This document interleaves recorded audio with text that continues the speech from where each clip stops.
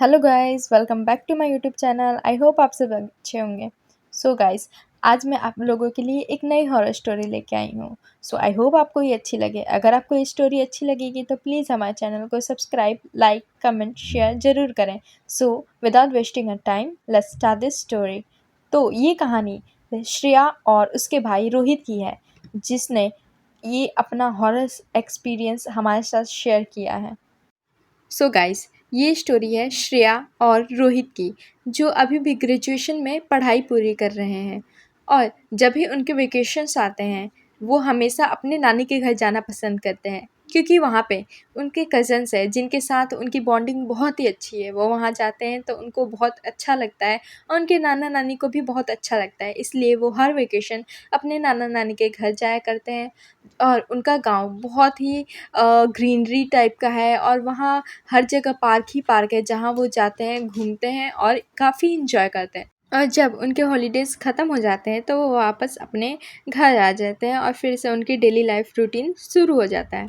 तो इस बार भी उनकी वेकेशंस हुई है, तो वो डिसाइड कर रहे हैं इस बार कहीं और जाने का। लेकिन श्रेया और रोहित, उनका मानना है कि उन्हें वापस उनके नानी के गाँव जाना चाहिए, क्योंकि इस साल वो अपने नानी के घर नहीं गए हैं। तो वो चाहते हैं कि इस बार वो नाना नानी के घर जाए और वहाँ पे अपने दोस्तों से मिले और अपने कज़न्स के साथ समय बिताए। तो उनके मम्मी पापा मान जाते हैं कि हाँ ठीक है, चलो। फिर वो अपना सामान पैक करते हैं और अपने नाना नानी के घर के लिए निकल जाते हैं। वो बहुत खुश होते हैं कि फिर वो नाना नानी के घर जाएंगे और वहाँ पे पार्क में खेलेंगे, अपने कज़न्स के साथ बातचीत करेंगे। तो उनको ये सोच कर ही बहुत ही एक्साइटमेंट हो रही होती है। फिर ऐसे ही 1 घंटे बाद वो फ़्लाइट लेते हैं और अपने नाना नानी के घर के लिए निकल जाते हैं। और जब वो वहाँ पहुँचते हैं तो देखते हैं कि नाना नानी उनके दरवाजे पे ही उनका इंतज़ार कर रहे होते हैं। और जब वो वहाँ जाते हैं तो उनके नाना नानी की आँखों में आँसू थे। फिर वो दोनों दौड़कर अपने नाना नानी के घर जाते हैं और उन दोनों को गले लगा लेते हैं और रोने लगते हैं और कहते हैं कि हमने भी आपको बहुत मिस किया नाना नानी। और फिर वो अंदर चले जाते हैं, जहाँ पे उनकी नानी ने उन लोगों के लिए बहुत अच्छे अच्छे स्नैक्स बनाए थे। फिर वो खाते हैं और फिर वो अपने कज़न से मिलने चले जाते हैं और फिर सभी कज़न्स एक जगह इकट्ठा होते हैं और वो लोग मौज मस्ती करने लगते हैं। तभी देखते देखते शाम हो जाती है। तभी रोहित बोलता है कि क्यों ना हम फिर उसी पार्क में चले जहाँ पे हम लोग बचपन से जाया करते थे और वहाँ पे जाकर हम अपना गेम खेले जो हम लोग बचपन में खेलते थे।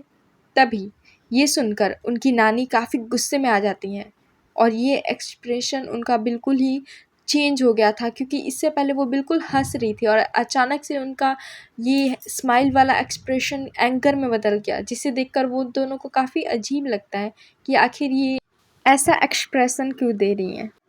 फिर वो इस बारे में अपनी नानी जी से बात करते हैं कि आप हमें वहाँ जाने से क्यों रोक रही हो, जहाँ हम बचपन से जाया करते थे, वहाँ पे हमारी इतनी यादें बसी हैं, हम वहाँ पे फिर जाना चाहते हैं। तभी उनकी नानी गुस्से में बोलती हैं कि मैंने एक बार मना कर दिया ना, तुम वहाँ नहीं जाओगे तो नहीं जाओगे, क्योंकि अब वो पार्क वो नहीं रहा जहाँ पे तुम लोग खेलने जाया करते थे, मौज मस्ती करते थे। अब वो कुछ और हो चुका है, तो तुम वहाँ बिल्कुल नहीं जाओगे। तो हम इस बारे में शॉक्ड हो जाते हैं कि आखिर ऐसा क्या हो गया अचानक से जो नानी जी वहाँ जाने से मना कर रही हैं। तभी श्रेया बोलती है कि हो सकता है शाम हो रही हो तो वो वहाँ जाने से मना कर रही हो, क्योंकि अक्सर गांव में जंगली जानवर का आने का खतरा बना रहता है, तो हो सकता है वहाँ पे ना जाने दें हमें। तो हम बोलते ठीक है, हम दिन में जाएंगे। फिर हम बैठे-बैठे बोर होने लगे। अब हमें कुछ समझ ही नहीं आ रहा होता कि अब हम क्या करें, और हमारे कज़िन्स, उनको भी कुछ काम से बाहर जाना पड़ गया था तो वो चले गए थे और हम दोनों अकेले बैठे-बैठे बोर हो रहे थे। और मम्मी-पापा और नाना-नानी तो अपनी बातों में अलग ही लगे हुए होते हैं। तभी हमें ये आइडिया आता है कि अभी तो 5 ही बज रहे हैं, क्यों ना हम बाइक से उस पार्क में जाएँ और वहाँ पे देखें आखिर ऐसा क्या हो गया है कि वहाँ नहीं जाने दे रहे, और फिर तुरंत आ जाएँगे, 6 बजे से पहले आ जाएँगे, किसी को पता भी नहीं चलेगा। तो श्रेया बोलती है हाँ ठीक है, हम दोनों साथ में चलते हैं। तो फिर मैं और मेरी बहन हम दोनों साथ में जाते हैं। लेकिन इस बार जब हम वहाँ पहुँचते हैं तो वहाँ सब कुछ चेंज हो गया होता है। जो पार्क पहले ग्रीनरी से भरा हुआ था, अब वो बिल्कुल सुनसान था।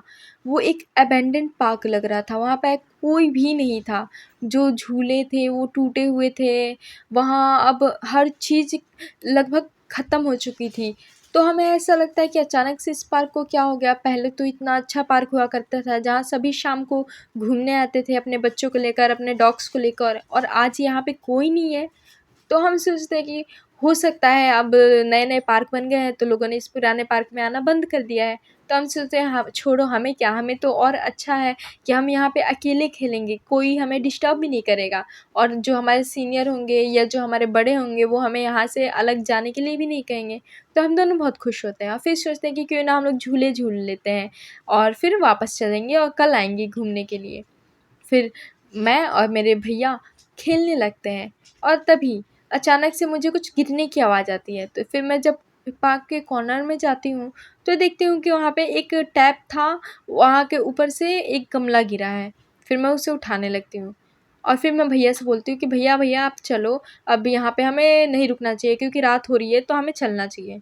लेकिन ये क्या, अब रोहित की कोई आवाज़ ही नहीं आ रही होती है और ऐसा लग रहा होता है कि वहाँ पे कोई भी नहीं हो मेरे अलावा। मैं काफ़ी डर जाती हूँ और फिर मैं अपने भाई को आवाज़ देती हूँ, लेकिन काफ़ी देर तक रोहित की भी एक भी आवाज़ नहीं आती और फिर मैं रोना स्टार्ट कर देती हूँ क्योंकि अब मुझे डर लग रहा होता है क्योंकि धीरे-धीरे रात हो रही होती है और पीछे जंगलों से जानवरों के रोने की भी आवाज़ आ रही होती है। तो मुझे अब बहुत ही स्कैरी फ़ील हो रहा था। तभी अचानक से रोहित सामने आ जाता है और मैं बहुत डर जाती हूँ और उसे डाँटने लगती हूँ कि तुम कहाँ थे, कहाँ थे? और अचानक से कहाँ गायब हो गए थे? लेकिन वो बिल्कुल भी रिस्पॉन्ड नहीं कर रहा था। मानो उसे कुछ फ़र्क ही नहीं पड़ रहा हो मैं क्या पूछ रही हूँ, क्या नहीं पूछ रही। और मैं उससे पूछ रही थी कि इतनी देर तक तुम कहाँ थे? कहाँ चले गए थे? और मेरी इतनी आवाज़ लगाने पे भी तुम आवाज़ क्यों नहीं दे रहे थे? तो वो कुछ नहीं बोलता, बस मुझसे बोलता है कि घर चलो। फिर मैं उसकी बात मान लेती हूँ और फिर हम दोनों बाइक पे घर आ जाते हैं और फिर खाने का टाइम हो रहा होता है। तब नाना-नानी पूछते हैं कि चलो तुम लोग खाना खा लो। तो मैं बोलती हूँ हाँ ठीक है खा लेते हैं और फिर वो बोलते हैं मुझसे कि जाओ रोहित को भी बुला लाओ। तो मैं जब छत पे जाती हूँ तो देखती हूँ कि रोहित भैया अकेले कोने में बैठे हुए हैं और पता नहीं क्या कुछ-कुछ वो मन ही में बोल रहे थे। फिर मैं बोलती हूँ कि रोहित, रोहित क्या हुआ तुम्हें? तुम क्या कर रहे हो और अकेले में क्या बड़बड़ा रहे हो? लेकिन वो कुछ नहीं बोलता, बस मेरी तरफ देखता है और गुस्से से वो मुझे घूरने लगता है। फिर मैं काफ़ी डर जाती हूँ और मुझे अजीब लग रहा होता है कि ये शाम से इनका बिल्कुल ही बिहेवियर चेंज हो गया है। ना कुछ बोल रहे हैं, ना कुछ खा रहे हैं, ना कुछ पी रहे हैं और बस ऐसे अजीब बिहेवियर हो गया है इनका। फिर मैं नीचे चली जाती हूँ और फिर जब मेरे पापा रोहित भैया को बुलाने आते हैं, तो वो बिल्कुल नॉर्मल होते हैं। वो नीचे जाते हैं, खाना खाते हैं और फिर हम अपने-अपने कमरे में सोने चले जाते हैं। फिर हम सब जाकर सो जाते हैं। तभी रात के लगभग 12-1 बज रहे होते हैं, तो मुझे अचानक से प्यास लगती है। तो मैं सोचती हूँ कि चलो पानी पी लेती हूँ। लेकिन मेरे कमरे में पानी की बोतल मैं लाना भूल गई थी। तो मैं सोचती हूँ ठीक है चलो किचन पास ही में है, वहीं से जाके पानी पीकर फिर मैं वापस आकर सो जाऊँगी। तो जब मैं जा रही होती हूँ, तभी मुझे रोहित भैया के कमरे से कुछ ज़ोर-ज़ोर से पटकने की आवाज़ें आ रही होती हैं। तो मैंने सोचा कि हो सकता है वो टीवी देख रहे हों। फिर मैं उसे इग्नोर करती हूँ और फिर मैं किचन में जाती हूँ और पानी पीने लगती हूँ। तभी ऐसा लगता है कि कोई मेरे पीछे से अचानक से गुज़रा। मैं पीछे मुड़ती हूँ लेकिन वहाँ कोई नहीं होता। तो मुझे लगता है हो सकता है हम लोग इतने ट्रैवल करके आए हैं तो मुझे थकान हो रही हो इसलिए मुझे ये सब हैलुसिनेशन हो रहे होंगे। फिर मैं पानी पीकर जाने ही लगती हूँ कि किचन में से एक जग के ज़ोर से गिरने की आवाज़ आती है। मैं बहुत डर जाती हूँ और फिर पीछे मुड़ के देखती हूँ तो वहाँ और कोई नहीं बल्कि रोहित भैया फ्रिज के पास बैठकर कुछ खा रहे होते हैं। फिर मैं जब उनके पास जाती हूँ बोलती हूँ आप इतनी रात को क्या खा रहे हो? तो वो कुछ नहीं बोल रहे, बस वो खाए जा रहे हैं, खाए जा रहे हैं, खाए जा रहे हैं। फिर मैं वहाँ जाती हूँ और रोहित को आवाज़ लगाने लगती हूँ। फिर वो अचानक से उठता है और मेरे सर पे ज़ोर से एक डंडे से मारता है, जिससे मेरे सर पे बहुत ही गहरी चोट आती है और मैं रोने लगती हूँ। तभी वहाँ पर मेरे नाना जी आ जाते हैं और ये मुझे इस हालत में देखकर वो भी काफ़ी घबरा जाते हैं और रोहित को डाँटने लगते हैं कि ये तुम क्या कर रहे हो? तुमने अपनी बहन को क्यों मारा? लेकिन वो बिल्कुल भी कुछ भी जवाब ही नहीं दे रहा होता है, वो बस हँसे जा रहा था और मैं ये सब देखकर बहुत डर जाती हूँ और नाना जी के पास भाग जाती हूँ और मैं वहाँ से बस जाना चाहती हूँ। मैं अब रोहित भैया के सामने नहीं रहना चाहती क्योंकि वो कभी भी किसी को भी हार्म पहुँचा सकते हैं। तभी मेरे घर में सभी लोग जग जाते हैं और वो किचन में आ जाते हैं और रोहित को इस हालत में देखकर वो भी काफ़ी घबरा जाते हैं। उन्हें कुछ समझ नहीं आ रहा होता है कि अचानक से जो लड़का सुबह तक ठीक था, अचानक से इसे क्या हो गया और ये कैसे इतना एग्रेसिव बिहेव कर रहा है। तभी ये सब सिचुएशन को देखकर मेरे पापा बहुत ही शॉक्ड हो जाते हैं और रोहित से इस बारे में बात करने जाते हैं। तभी रोहित अचानक से और एग्रेसिव हो जाता है और वो पापा को भी मारने जाता है। तभी सब लोग उसे पकड़ लेते हैं और एक चेयर से बांध देते हैं और वो पता नहीं किस लैंग्वेज में कुछ बस बोले जा रहा था। ऐसा लग रहा था कि वो कोई मंत्र चैंट कर रहा हो। सब लोग बहुत डर जाते हैं और फिर नानी जी बोलती हैं कि ये कुछ नॉर्मल नहीं है, ये डॉक्टर के दिखाने से कुछ नहीं होगा। अब हमें अपने पंडित जी से बात करनी होगी क्योंकि अब वो वही हैं जो हमें इस सिचुएशन से बाहर निकाल सकते हैं और रोहित को ठीक कर सकते हैं। लेकिन मेरे पापा इन सब में विश्वास नहीं करते हैं और ना ही मेरी मम्मी करती है। तो वो बोलती हैं कि ऐसा कुछ नहीं है, हो सकता है रोहित को कोई बीमारी हो जो हमें ना पता हो, हमें इसे डॉक्टर के पास ले जाना होगा। लेकिन मेरी नानी बहुत इंसिस्ट करती है कि डॉक्टर के दिखाने से हमें कुछ नहीं होगा, हमें इसे पंडित जी के पास ही ले जाना होगा। लेकिन मेरे मम्मी पापा नहीं मानते और उसे डॉक्टर के पास ले जाते हैं। और जब वो उसे डॉक्टर के पास ले जा रहे होते हैं तो उसकी हालत और ख़राब होती जा रही थी। हमें कुछ समझ नहीं आ रहा था, मैं बस रो ही जा रही थी इस सिचुएशन को देखकर। मुझे बिलीव ही नहीं हो रहा था कि अचानक से शाम को हम इतना अच्छे से खेल कूद रहे थे और अचानक से रात में इनको क्या हो गया। फिर वो जब डॉक्टर के पास ले जाते हैं तो उसका चेकिंग होता है, लेकिन रिपोर्ट सब नॉर्मल आता है। डॉक्टर बोलते हैं कि हमें भी कुछ समझ नहीं आ रहा है कि ये ऐसा क्या हो गया है जो ये ऐसा बिहेव कर रहा है और इसकी रिपोर्ट्स बिल्कुल नॉर्मल है। तो अब आप इसे घर ले जा सकते हैं और हो सके तो इसे किसी पंडित जी से ज़रूर दिखाएं क्योंकि इसकी जो कंडीशन है वो मेडिकल साइंस के बिल्कुल परे है। हमें समझ नहीं आ रहा है कि इसकी ये कंडीशन कैसे हुई, इसकी रिपोर्ट्स नॉर्मल होने के बावजूद ये इतना एग्रेसिव बिहेव क्यों कर रहा है। तो कृपया इसे आप पंडित जी से दिखाएं और इसको ठीक करवाएं। फिर हम उसकी बातों पे विश्वास करते हैं और रोहित को हम घर लाते हैं और फिर नानी जी एक पंडित जी को कॉल करती हैं और वो पंडित जी लगभग आधे घंटे बाद हमारे घर पे आते हैं। तो फिर जब वो वहाँ एंट्री करते हैं तभी उन्हें बहुत ही किसी बुरी शक्ति का आभास होता है और वो कहते हैं कि ये कोई ईविल स्पिरिट है जो तुम्हें तंग कर रही है, क्योंकि ये आसानी से यहाँ से नहीं जाने वाली, तो हमें और भी पंडितों की आवश्यकता होगी। फिर वो अपने साथियों को कॉल कर कर बुलाते हैं और वहाँ पे लगभग 6 पंडित जी आते हैं और वो अपने रिचुअल्स परफॉर्म करने की तैयारी करने लगते हैं। और फिर वो रोहित को एक कमरे में बांध कर रख देते हैं और फिर जब रिचुअल्स परफॉर्म करने की टाइम आती है तो वो रोहित को बांध कर लाते हैं और एक गोला बना हुआ था उसी में बिठा देते हैं और उस पर कुछ भभूत सा फेंकने लगते हैं और रोहित बहुत ज़ोर ज़ोर से चिल्लाने लगता है। उसकी आवाज़ मानो बिल्कुल ही बदल गई हो। वो ऐसा लग ही नहीं रहा था कि वो किसी आम आदमी की आवाज़ हो भी सकती है। वो बहुत ही भारी आवाज़ हो चुकी थी। पता नहीं किसी लैंग्वेज में कुछ-कुछ बोले जा रहा था। समझ नहीं आ रहा था वो क्या है, कैसा है? वो बस ज़ोर-ज़ोर से हँसे जा रहा था। लेकिन पंडित जी भी अपने रिचुअल्स परफ़ॉर्म करे जा रहे थे और वो लगातार मंत्रों का उच्चारण कर रहे थे, जिससे रोहित काफ़ी हद तक शांत होने लगा था। लेकिन तभी अचानक से पता नहीं क्या होता है और रोहित और भी एग्रेसिव हो जाता है और बोलता है कि मैं इसको छोड़कर कभी नहीं जाऊँगा, मैं इसे साथ लेकर जाऊँगा। तभी पंडित जी से पूछते हैं कि तुम ऐसा क्यों करना चाहते हो? तुम इसे साथ क्यों ले जाना चाहते हो? इसने तुम्हारा क्या बिगाड़ा है? तभी रोहित बोलता है कि मैं इसे अपने साथ इसलिए ले जाना चाहता हूँ क्योंकि ये मेरा बचपन का सबसे अच्छा दोस्त है और इसे मैं अपने साथ ले जाऊँगा और हमारी दोस्ती हमेशा अमर रहेगी। तभी पंडित जी बोलते हैं कि अब तुम इस दुनिया के नहीं हो, तुम उस दुनिया के हो, तुम अपनी दुनिया में वापस चले जाओ और रोहित को यहाँ जीने दो। लेकिन वो आत्मा रोहित को छोड़ने के लिए बिल्कुल भी तैयार नहीं थी। वो बहुत ही एग्रेसिव स्पिरिट थी और तभी पंडित जी बोलते हैं कि तुम इसे अपना दोस्त मानते हो ना? और एक दोस्त अपने दूसरे दोस्त को कभी भी हार्म नहीं कर सकता और तुम ऐसी बात बोल रहे हो, रोहित को तुम मार कर अपने साथ ले जाना चाहते हो और उसके साथ-साथ उसके पूरे परिवार को तुम हार्म करना चाहते हो। क्या यही है तुम्हारी दोस्ती? क्या तुम अपने दोस्त के नाम पर ये सब करना चाहते हो? तभी वो स्पिरिट अब धीरे-धीरे शांत होने लगती है और वो कहती है कि मैं बहुत सालों से अकेला हूँ और मेरा कोई भी दोस्त नहीं है। मैं बस एक सच्चा दोस्त चाहता हूँ, जो कि मेरा सच्चा दोस्त रोहित ही है। मैं इसे वापस अपने पास ले जाना चाहता हूँ, लेकिन मैं इसे हार्म नहीं करना चाहता, मैं इसको दुःख नहीं देना चाहता, मैं इसे अपने परिवार से अलग नहीं होने दूँगा, मैं इसे छोड़ दूँगा। और ये सुनकर हम सभी बहुत खुश हो जाते हैं कि फाइनली अब वो स्पिरिट हमारे रोहित को छोड़कर चली जाएगी। फाइनली अब रोहित ठीक हो जाएगा। ये सुनकर मैं बहुत ही खुश हो जाती हूँ। और फिर पंडित जी वो रिचुअल्स परफॉर्म करने लगते हैं और लगभग 6-7 घंटे तक वो रिचुअल्स कंप्लीट करने में लग जाते हैं। और फिर इसके बाद उस स्पिरिट को मोक्ष मिल जाता है और वो रोहित को छोड़कर चली जाती है। और वो जैसे रोहित के शरीर को छोड़ती है, रोहित बेहोश हो जाता है और वो बहुत ही कमज़ोर हो गया होता है। ऐसा लग ही नहीं रहा था है कि वो शाम को इतना हेल्दी था और अचानक से इतना वीक कैसे हो गया है। और फिर हम उसको डॉक्टर के पास ले जाते हैं, जहाँ पे उसे काफ़ी इंजेक्शंस लगाए जाते हैं, उसे ग्लूकोज़ चढ़ाए जाते हैं और उसके बाद वो धीरे-धीरे उसकी हेल्थ में इम्प्रूवमेंट होने लगती है।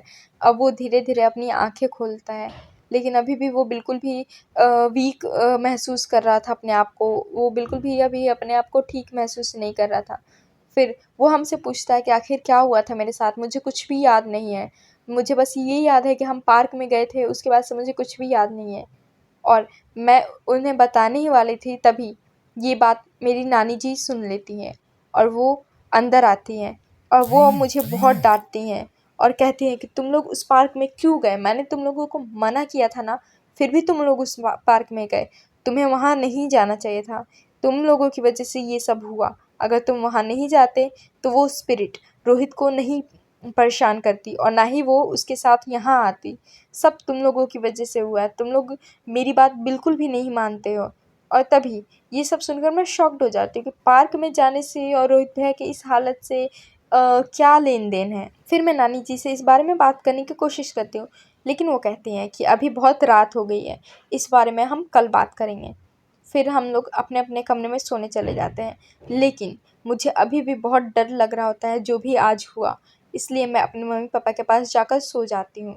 और फिर मैं सुबह उठती हूँ तो देखती हूँ कि फिर से नानी जी पूजा पाठ कर रही हैं, हर जगह हवन की तैयारियाँ चल रही हैं। तो मैं पूछती हूँ मम्मी से कि मम्मी क्या हुआ, आज फिर पूजा पाठ होगा क्या? तो वो बोलती हैं हाँ, आज एक हवन किया जाएगा ताकि इस घर की शुद्धि की जा सके और इस घर से बुरी नज़र को बचाया जा सके, और रोहित के लिए भी पूजा की जाएगी ताकि उसको फिर इस सब का सामना ना करना पड़े, और तुम्हें भी इस पूजा में शामिल होना चाहिए। फिर मैं भी उस पूजा के लिए तैयार हो जाती हूँ और फिर थोड़ी देर में ही हवन शुरू होता है और फिर हमारा पूरा परिवार मिलकर उस हवन को संपन्न करते हैं। और ये सब होने के बाद सब लोग शाम को एक साथ बैठते हैं और फिर डिनर करते हैं और फिर हम सभी अपने अपने कमरे में जाने लगते हैं। तभी मैं नानी से पूछती हूँ कि नानी, आपने कल कहा था कि मुझे इस बारे में सब कुछ बताओगे, और फिर आज आपने मुझे कुछ नहीं बताया। मुझे उन सब चीज़ों के बारे में जानना है। आखिर उस पार्क में ऐसा क्या है जहाँ से जाने से रोहित भैया की ये हालत हुई? फिर नानी कहती हैं कि चलो तुम्हें मैं सब चीज़ बताती हूँ। फिर वो मुझे छत पे ले जाती हैं और फिर कहती हैं कि देखो, वो वही पार्क है ना जहाँ पे तुम लोग गए थे? मैं बोलती हूँ हाँ, पर इसमें इससे क्या लेना देना है? तब नानी बोलती हैं कि मैंने तुम लोगों को वहाँ से जाने से सख्त मना किया था ना। तुम्हें ये मालूम होना चाहिए कि अगर कोई बड़ा तुम्हें कोई चीज़ मना करता है करने से, तो तुम्हें उनकी बात माननी चाहिए, वरना वही हालत होगा जो आज रोहित की हुई है। तो मैं पूछती हूँ कि हाँ, पर आखिर सच क्या है? आप प्लीज़ मुझे बताइए, मैं जानना चाहती हूँ आखिर सच क्या है। मैं इस गिल्ट में नहीं रहना चाहती कि रोहित भैया के इस हालत के पीछे क्या कारण है। मैं उसको जानना चाहती हूँ ताकि मैं आगे से इन सब चीज़ों के बारे में अवेयर रहूँ और ये सब चीज़ें ना करूँ। तब नानी बताती हैं कि जब तुम पिछली बार आए थे, तुम्हें याद है, तुम वहाँ खेलने जाते थे। फिर जब तुम लोगों को यहाँ से वापस अपने घर जाना था, तब उससे 2-3 दिन पहले बारिश स्टार्ट हो गई थी, जिसकी वजह से तुम लोगों ने वहाँ जाना बंद कर दिया था। और तुम्हारा एक दोस्त था जिसका नाम था समय, वो वहीं रहता था ना, और वो हमेशा तुम्हें बुलाने आता था क्योंकि वो तुम्हारा बेस्ट फ्रेंड बन गया था। तो मैं बोलती हूँ हाँ, समय याद है मुझे, उसके बारे में तो मैं बिल्कुल ही भूल गई थी। अब वैसे वो कहाँ है? वो अब तो वो किसी और शहर में चला गया होगा ना, क्योंकि उसे काफ़ी अलग-अलग शहरों में जाना अच्छा लगता था। उसका सपना था कि वो काफ़ी जगह घूमे और सभी चीज़ों को एक्सप्लोर करे। तभी नानी जी एक सैड इमोशन के साथ मेरी तरफ देखती हैं और कहती हैं कि अब वो नहीं रहा। तो मैं बोलती हूँ, ये नहीं रहा मतलब क्या? कहाँ गया वो? कहीं और चला गया क्या? क्योंकि वो हमसे काफ़ी बार बोला करता था कि उसके पापा बेंगलुरु में रहते हैं, तो वो वहीं शिफ्ट होना चाहता है। नानी बोलती हैं कि नहीं, अब वो इस दुनिया में नहीं रहा। वो 1 साल पहले ही मर चुका है। ये सुनकर मैं बिल्कुल शॉक्ड हो जाती हूँ कि आखिर ऐसा कैसे हो गया, और वो मर कैसे सकता है? वो हमारा इतना अच्छा फ्रेंड था, हम जब भी यहाँ आते थे वो हमें पूरा गाँव दिखाता था, हम लोग खेला करते थे, और आखिर उसके साथ ये सब क्या हो गया अचानक से? मैं ये सुनकर रोने लगती हूँ। तभी नानी जी बोलती हैं कि तुम्हें याद है ना वो बारिश वाले दिन, जब बारिश हुआ करती थी तो तुम लोगों ने खेलने जाना बंद कर दिया था? तो मैंने बोला हाँ, हाँ, हम जाने से पहले वहाँ पे खेलने जाना बंद कर दिया था क्योंकि काफ़ी बारिश हो रही थी और वो पार्क में पानी भर गया था। नानी जी बोलती हैं कि हाँ, उन्हीं दिनों में समय वहाँ खेलने जाता था। वो हमेशा तुम लोगों का इंतज़ार करता था कि कभी ना कभी तो तुम आओगे। जब बारिश बंद हो गई तो भी वो वहाँ जाता था और इंतज़ार करता था। उसे नहीं पता था कि तुम लोग यहाँ से चले गए हो। अब वो हमेशा वहाँ इंतज़ार किया करता था। ऐसे ही एक शाम जब वो खेल रहा होता है तो उस पार्क में हर जगह फिसलन हो गई थी, क्योंकि बारिश के मौसम के टाइम में ऐसा हो जाता है। तो हर जगह फिसलन थी और वो फुटबॉल खेल रहा होता है। तभी उसका पैर फिसलता है और उसका सर एक पत्थर से जाकर टकरा जाता है और उसकी वहीं पे ऑन द स्पॉट डेथ हो जाती है, जिसकी वजह से वो वापस कभी भी तुम लोगों से मिल नहीं पाया। और उसकी डेथ के बाद उसके मम्मी-पापा अब यहाँ पे नहीं रहना चाहते थे, क्योंकि यहाँ पे हर जगह उसकी यादें थी और वो इस यादों के बीच नहीं रहना चाहते थे, क्योंकि वो घुट-घुट कर मर रहे थे और वो अपने आप को गिल्ट में महसूस कर रहे थे कि अगर वो उसे वहाँ खेलने जाने से रोकते तो वो आज ज़िंदा होता। और उसकी मम्मी की हालत भी रो-रो कर बहुत ही ख़राब हो गई थी। फिर वो अकेले यहाँ नहीं रहना चाहती थी, इसलिए उसके पापा और उसकी मम्मी बेंगलुरु में ही शिफ्ट हो गए। उसके बाद से वो कभी यहाँ नहीं आए।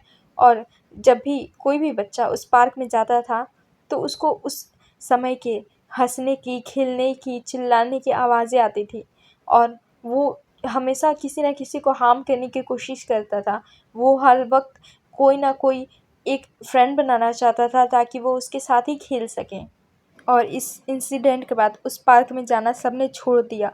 वहाँ अब कोई भी नहीं जाता, ना ही अपने बच्चों को भेजता, ना खुद जाता। और इसके बाद से पूरी तरह से लोगों ने वहाँ जाना बंद कर दिया, क्योंकि ये इंसिडेंट सभी के साथ होने लगे और इसी वजह से मैं तुम लोगों को वहाँ जाने से रोक रही थी, ताकि तुम लोग वहाँ ना जाओ और तुम लोगों को कोई हार्म ना हो।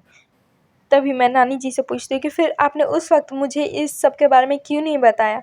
तो वो बोलती हैं कि मैंने इसलिए नहीं बताया क्योंकि तुम लोग अभी-अभी इतना सफ़र करके आए थे और मैं तुम्हें इस इंसिडेंट के बारे में बताकर तुम लोगों को और परेशान नहीं करना चाहती थी। मैंने सोचा कि मैं तुम्हें अगले दिन बताऊँगी, लेकिन तुम लोगों ने मेरी बात ही नहीं सुनी और वहाँ चले गए, जिसकी वजह से ये सब हुआ। और वो समय आखिरी पलों में तुम लोगों से मिलना चाहता था, उसकी आखिरी इच्छा थी कि वो तुम लोगों से मिले। इसलिए जब वो तुम लोगों को वहाँ पे उसने पार्क में देखा, तो वो तुम लोगों पे हावी हो गया और वो अपने दोस्तों को अपने साथ ले जाना चाह रहा था। वो तो अच्छा हुआ कि पंडित जी ने तुम लोगों को बचा लिया, वरना क्या होता अब कोई नहीं जानता है। ये सुनकर मैं बहुत ही रोने लगती हूँ और मुझे उसकी याद आने लगती है कि कैसे हम लोग खेला करते थे और एक-दूसरे के साथ अच्छा टाइम स्पेंड किया करते थे। तभी रोहित भैया के रोने की अंदर से आवाज़ आती है और फिर हम दौड़ कर जाते हैं, तो रोहित भैया से पूछते हैं कि क्या हुआ आपको? तो वो कहते हैं कि मैंने भी ये सब सुन लिया। और वो अब समय की उनको भी बहुत ही याद आने लगती है, तो वो भी रोने लगते हैं और नानी की भी आँखें नम हो जाती हैं। हम सब लोग रोने लगते हैं। फिर हम रोहित भैया से पूछते हैं कि रोहित, आप कहाँ गए थे? जब मैं आपको बुला रही थी तो आप वहाँ नहीं थे। तभी वो बोलते हैं कि जब हम लोग झूले पे झूल रहे थे, तभी मुझे वो समय दिखता है और मैं बहुत ही एक्साइटेड हो जाता हूँ उससे मिलने के लिए। मैं जब उसके पास जाता हूँ तो उसके गले लग जाता हूँ और फिर वो भी मुझसे बोलता है कि चलो अब हम दोनों साथ चलेंगे और कभी भी एक-दूसरे से अलग नहीं होंगे। उसके बाद से मुझे कुछ याद नहीं है। उस वक़्त मेरी आँखों के सामने हर चीज़ ब्लैंक हो गई थी। उसके बाद से मुझे कुछ याद नहीं है। बस मैं आज सुबह उठा, मुझे बस इतना याद है, उसके बीच का मुझे कुछ याद नहीं है। लेकिन जब मैं उठा सुबह तो मुझे समय दिखाई दिया और मैं जब उससे बात करना चाहता था तभी उसने मुझसे कहा कि अब मैं चलता हूँ, अपना ख़्याल रखना। और वो अचानक से कहीं गायब हो गया। तो मुझे लगा कि हो सकता है ये मेरा हैलुसिनेशन हो। लेकिन जब मैंने उसके बारे में सुना तब मुझे याद आया कि अच्छा, वो मुझे छोड़कर अब चला गया है, उसे मुक्ति मिल गई है। और फिर मुझे बहुत ही बुरा लग रहा है उसके लिए कि अगर हम उससे मिल लेते तो हमें भी गिल्ट नहीं होता। और अब मुझे हमेशा ये गिल्ट रहेगा कि हम उससे नहीं मिल पाए और वो अब हमारे बीच में भी नहीं रहा, अब हम उससे कभी नहीं मिल पाएँगे। ये सुनकर हम सब लोग बहुत ही सैड हो जाते हैं और फिर उसी वक़्त हम नानी के घर से वापस आने के लिए निकल जाते हैं, क्योंकि अब हम वहाँ बिल्कुल भी नहीं रहना चाहते थे, क्योंकि वहाँ पे हमारे कज़िन्स और हमारे दोस्तों की यादें भरी हुई थी और समय के जाने के बाद अब वहाँ कुछ नहीं था जो हम वहाँ पे रहें और अपना समय स्पेंड करें। इसलिए हम उसी वक़्त अपना सारा सामान पैक करते हैं और अपने मम्मी-पापा के साथ वापस अपने घर के लिए निकल जाते हैं। और फिर हम उस पार्क के पास कभी नहीं जाते जहाँ पे समय की डेथ हुई थी, क्योंकि वो पार्क हमें हमेशा समय की याद दिलाता है। इसलिए हम वहाँ पर अब कभी नहीं जाते और अब हमने नानी के घर भी जाना बंद कर दिया है, क्योंकि अब वहाँ पे ऐसा कोई नहीं है जिसके साथ हम जाएँ और टाइम स्पेंड करें। अब नाना-नानी भी नहीं रहे, इसलिए हम उनके घर कभी नहीं जाते। अब हम यहीं पे रहते हैं और अपना ग्रेजुएशन कंप्लीट कर रहे हैं। अब हम वहाँ पर कभी भी नहीं जाएँगे जहाँ पे समय रहता था। लेकिन आज भी जब भी मैं अपनी आँखें बंद करती हूँ तो हमेशा समय की याद आती है, क्योंकि वो हमारा बहुत ही अच्छा फ्रेंड था। हम जब भी वहाँ जाते थे तो वो सबसे पहले हमसे मिलने आया करता था और वो हमें देखकर बहुत ही खुश होता था। वो अपने घर ले जाता था, अपनी मम्मी से मिलवाता था और हमेशा अपने सपनों के बारे में बातें किया करता था कि वो कैसे बड़ा होकर बिज़नेस करना चाहता है और वो हम लोगों के साथ ही रहना चाहता है, हम लोगों के साथ वो खेलना चाहता है, कूदना चाहता है, वो हमारे शहर आकर उसको एक्सप्लोर करना चाहता है। वो बहुत ही एक क्रिएटिव स्पिरिट था, वो हमेशा कुछ ना कुछ करते रहता था और हमेशा सबको खुश रखने की कोशिश करता था। वो कभी किसी को नुकसान भी नहीं पहुँचाता था। लेकिन उसके साथ ही ऐसा हो गया, ये मुझे आज भी ये बिलीव ही नहीं होता। मैं जब भी उसको याद करती हूँ तो हमेशा मेरे चेहरे पे एक स्माइल आ जाती है, क्योंकि वो बहुत ही एक खुशमिज़ाज लड़का था। वो हमेशा खुश रहता था, हमेशा दूसरों की हेल्प किया करता था। लेकिन आज वो हमारे बीच नहीं रहा और रोहित भैया भी उसको बहुत ही याद करते हैं और वो कई बार समय के पेरेंट्स से मिलने भी जाया करते हैं बेंगलुरु, क्योंकि अब वो वहीं पे पढ़ाई करते हैं और वो वहीं पे रहते हैं। तो कई बार वो समय के पेरेंट्स से मिलने जाया करते हैं, जहाँ पे वो अब धीरे-धीरे बूढ़े हो गए हैं और वो उनका ख़्याल भी रखते हैं। वो वहाँ जाते हैं, उनके साथ समय व्यतीत करते हैं, जिससे उनको भी काफ़ी अच्छा लगता है। उन्हें भी अपने समय की तरह वो रोहित भैया को मानते हैं और हमेशा रोहित के साथ खुश रहते हैं। और जब भी वो वहाँ जाता है तो वो समय की फ़ेवरेट डिशेज़ बनाते हैं, ताकि उन्हें ऐसा लगता है कि वो रोहित नहीं, समय आ रहा है उनके घर पे। वो हमेशा खुश रहते हैं और जैसे रोहित वहाँ से जाता है तो फिर वो निराश हो जाते हैं। इसलिए रोहित हमेशा समय-समय पर उनसे मिलने जाया करता है और उनसे कहता है कि आप मुझे अपने समय की तरह ही मानिए और ऐसा सोचिए कि मैं घर से बाहर रहता हूँ, पढ़ता हूँ और फिर आपसे हर महीने मिलने आया करूँगा। जिससे उन्हें भी काफ़ी अच्छा लगता है और उन्हें अब समय की कम याद आती है और वो रोहित को ही अपने समय की तरह मानने लगे हैं और वो रोहित को भी अपने बेटे की तरह रखते हैं। हमेशा उसके साथ समय स्पेंड करते हैं और काफ़ी खुश रहते हैं और उनकी मम्मी भी रोहित से बहुत प्यार करती है और उसके लिए हमेशा कुछ न कुछ बनाती रहती है। और ये सब कर कर रोहित को भी काफ़ी अच्छा महसूस होता है। उसे लगता है कि हाँ, मैं अपने एक फ्रेंड होने का रिश्ता निभा रहा हूँ। मैं अपने फ्रेंड के पेरेंट्स को खुश रखने की कोशिश कर रहा हूँ, जिससे समय जहाँ भी होगा वो खुश होगा। उसे भी लगेगा कि मेरे पेरेंट्स की भी कोई देख-रेख कर रहा है, मेरी तरह ही कोई है उनका, जो उनका ख़्याल रखता है, उन्हें खुश रखता है और इससे उसकी आत्मा को भी शांति मिलेगी। और ये सब देखकर मुझे भी काफ़ी अच्छा लगता है और मेरे पेरेंट्स भी काफ़ी प्राउड फ़ील करते हैं कि हाँ, कोई तो है जो अपने फ्रेंड को भी अपने पेरेंट्स की तरह ट्रीट करता है। ऐसा दुनिया में बहुत ही कम लोग होगा जो किसी और के पेरेंट्स को अपने पेरेंट्स की तरह ट्रीट करते हैं। ये सुनकर शायद समय की आत्मा को शांति मिले। इसलिए ये सोचकर हमें भी बहुत अच्छा लगता है कि हम इस गिल्ट से भी बाहर निकल सकते हैं ये सब करके। सो गाइज़, ये थी आज की स्टोरी श्रेया और रोहित की। आप सबको ये स्टोरी कैसी लगी कमेंट में ज़रूर बताएं। और क्या अगर आप रोहित की जगह होते तो क्या उस समय के पेरेंट्स को भी अपने पेरेंट्स की तरह ट्रीट करते? अपने थॉट हमें कमेंट में ज़रूर बताएं। और ये थी आज की स्टोरी श्रेया और रोहित की। अगर आपको ये स्टोरी अच्छी लगी तो प्लीज़ हमारे चैनल को सब्सक्राइब करें, लाइक करें, कमेंट शेयर ज़रूर करें। और प्लीज़ कमेंट में बताएं कि आपको ये स्टोरी कैसी लगी, ताकि हम आगे भी इससे अच्छे से अच्छे स्टोरी लाएं और आपको अच्छे से अच्छी स्टोरी सुनाएं। सो प्लीज़ कमेंट में ज़रूर बताएं। And thanks for watching guys.